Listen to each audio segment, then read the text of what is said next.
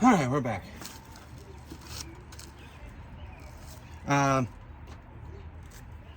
Yeah, ran some errands, got the motor in, everything bolted in, picked up some oil and coolant and everything else I needed from the shop. Everything else is pretty much put back together. I put the drive shaft back in, put the exhaust back on. I'll update that in a minute.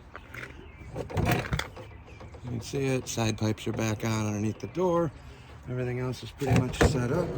Now I'm down to the internals inside of the engine bay.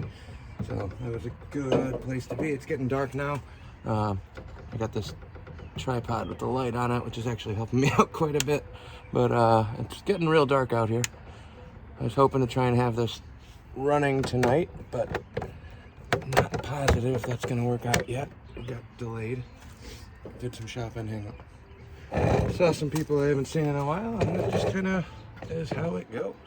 Coolant hose is up front, the front accessory. I'm only running 3. I got a water pump, timing belt, and alternator. Got those the V-belt stuff all set back up. Should be pretty much it. I'm gonna keep jamming away a little bit until it gets too dark or too late. I know Daddy's cooking dinner, so I might have to run back in for that. If not, anything else I need to finish up, I'm gonna be out here crack of dawn trying to get this done because we got a Falcon coming tomorrow. So hang out, enjoy. I'll be tinkering, roughly trying to tell you what I'm doing, but it's been a long day, so we'll see how far we get. I can tell you right now, looking at this, I know that dipstick is gonna be an issue again. I had the same problem when I did the motor swap in my truck. On the 5.0, the dipstick goes through the block instead of the oil pan. That one's the stock one. I don't think it's gonna clear the doghouse, but I really don't want to wait on parts to order a new one, so we're gonna try and make that work. See what happens. But other than that, we'll keep jamming away on this.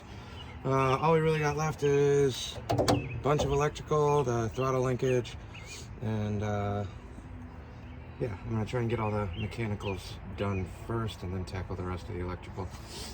So throttle linkage it is.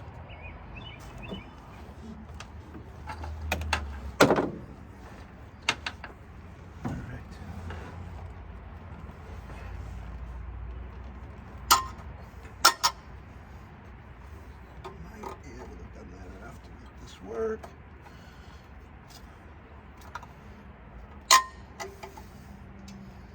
Just need a little bit here. That might actually give me enough clearance. We'll find out as we get further along. All right, wiring.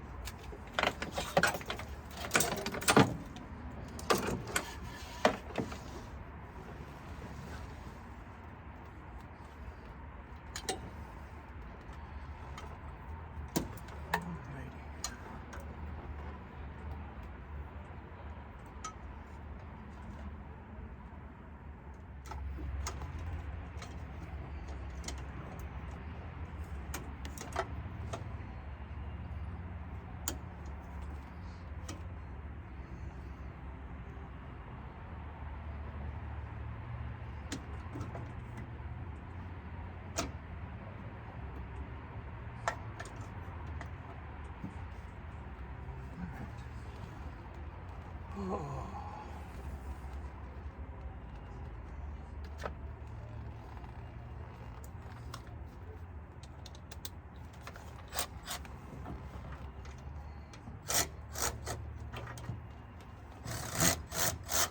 Doesn't help when you don't remember how it goes back together either. I kept the factory linkage here and run with the Edelbrock carb. Bolt I dropped.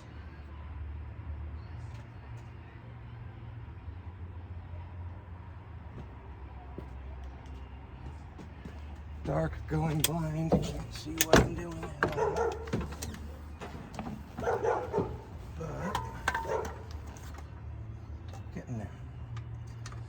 everything came apart, so everything will go back together eventually. Trans pressure sensor.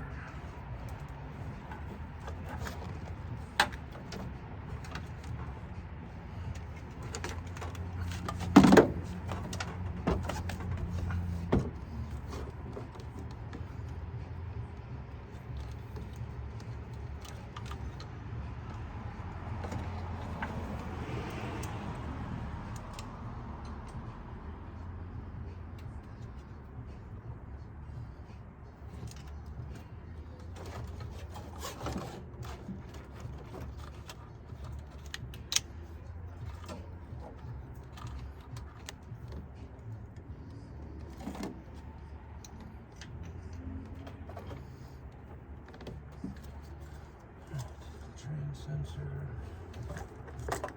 Alternator wiring is going to be a pain in the butt today.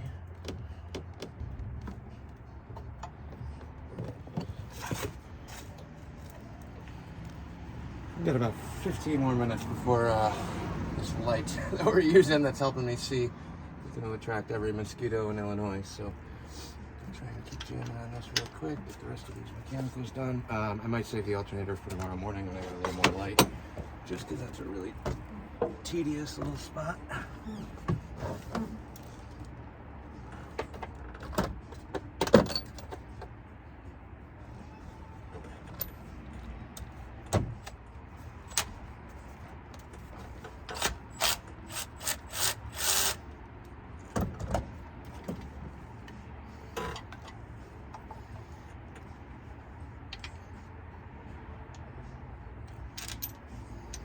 When I set up the AOD, I did have, I'm gonna bolt this back in. I can't do that yet because I need to refill it first.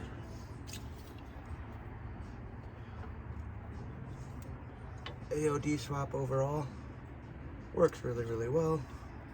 Very happy with that. The only issue is when you're running it on a van, you end up having to pull the doghouse off quite a bit for all sort of maintenance. I know when I did the roller cam swap and this, the dipstick being on the inside, that's inconvenient as well. But I'm hoping she's not going to leak too much oil and it's not too hard to pay attention to.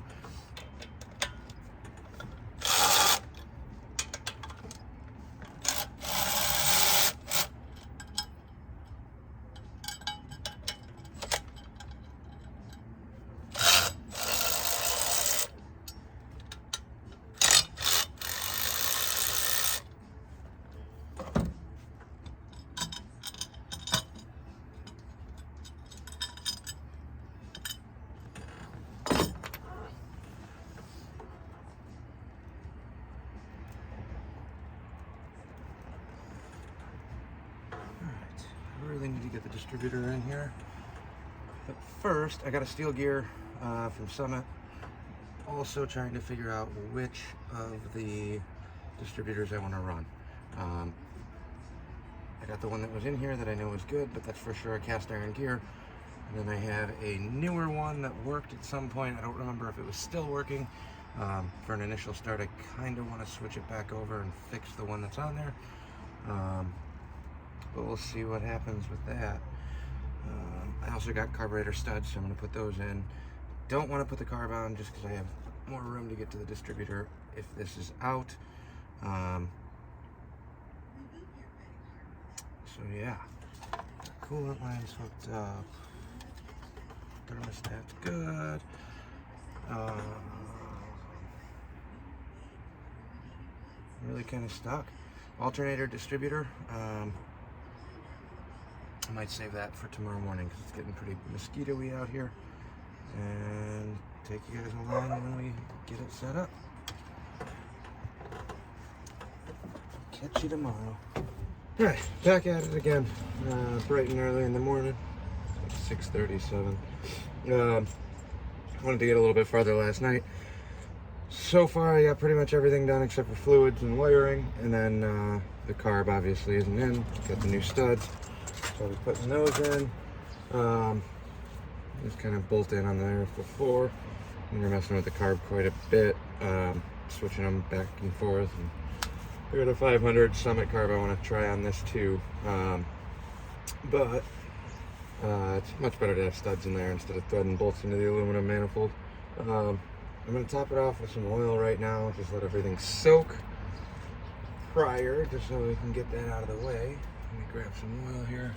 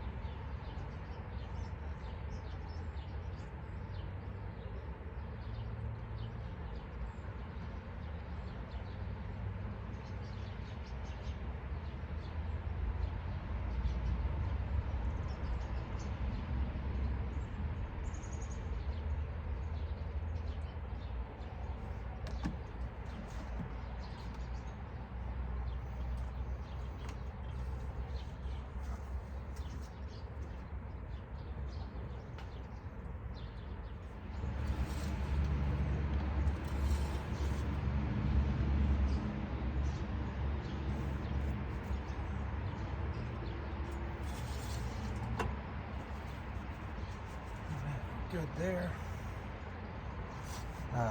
I got a distributor resting in here. I'll bring it in a little closer when we do that final.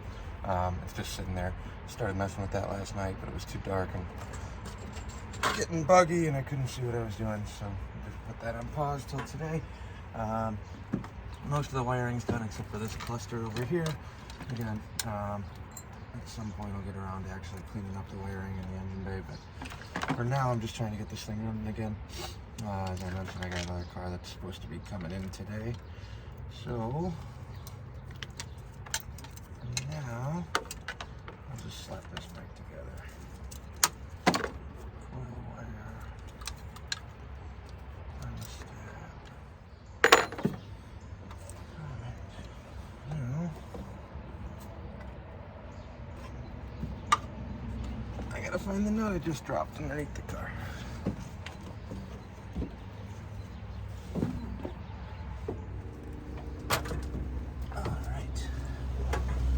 Carb spacers, I just put a little bit of Loctite on here. Right there. Put these in, and I won't have to worry about these pulling out anymore.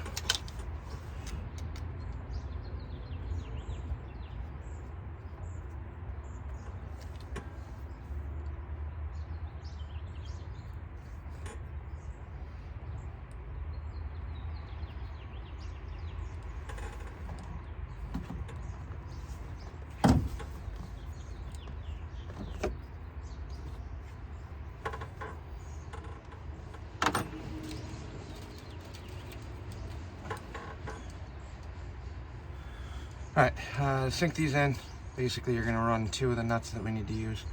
In this case, they're 1/2 inch. It's a 1/2 inch socket or wrench.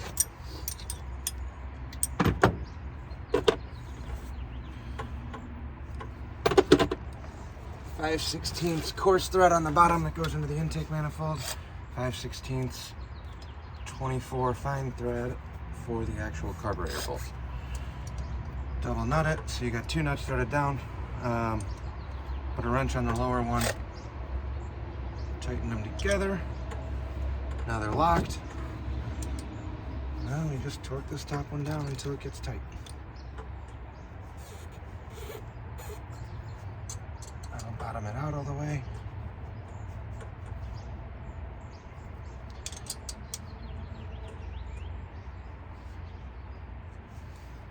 And just reverse it. A wrench on the bottom one, break the top one free, and that's it.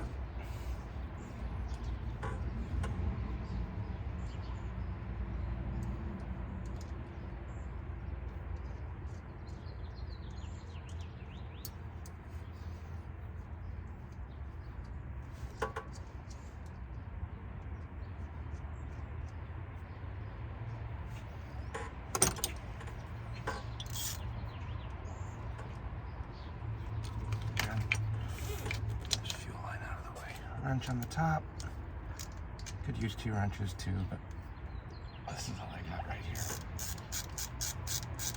Once they're seated, you can kind of torque them down. I don't like doing this with a ratchet, but it's already on there. And when you tighten it down, just use that top nut that's jam nutted into the second one. It'll give you enough leverage to torque these in. They're carb spacers, or carb studs. They don't have to be crazy tight. And you're going into aluminum, so don't go trying to gorilla them. I did put Loctite on these. They're not going anywhere.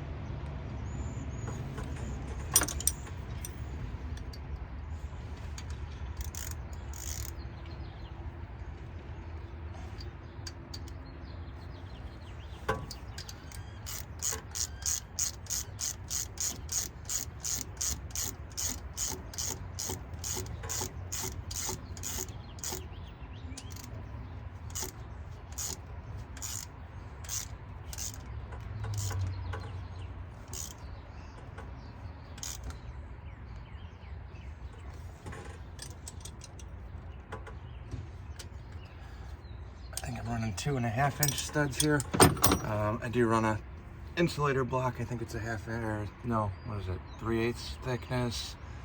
One of those phenolic or whatever fiber spacers.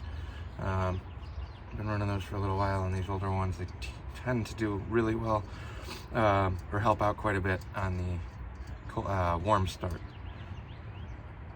On my truck, I didn't have one for a while, and after driving for a while, every time you stop, you go to restart it, and it would always start, but it definitely took a ton of cranks. When I added that spacer, it did make a huge difference in terms of starting up warm. Carb still gets a little warm in there, but not enough to boil over the gas and leave it vapor locked or anything.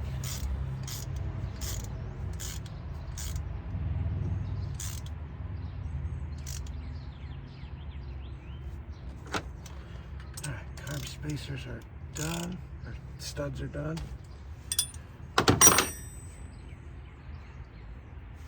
Now we're on to distributor and final wiring.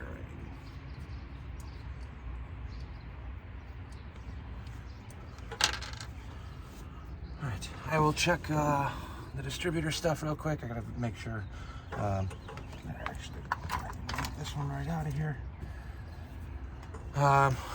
This one, distributor gears. If you can look at that, this one is a machine gear. It's a steel one. I've run this distributor in the past in my truck. I don't remember if there was something wrong with this, and this is why I pulled it out of the car. I think at this point I'm probably gonna run this distributor, or try to run this distributor. If I can't get the light off right away, then I will definitely switch it back to the one that I pulled out of the van. But that means I gotta switch this gear out. Roller cam, steel gear. So don't mess that up. Let me give this a look over real quick, and then decide if I am gonna go through with using this one, and then I'll be right back.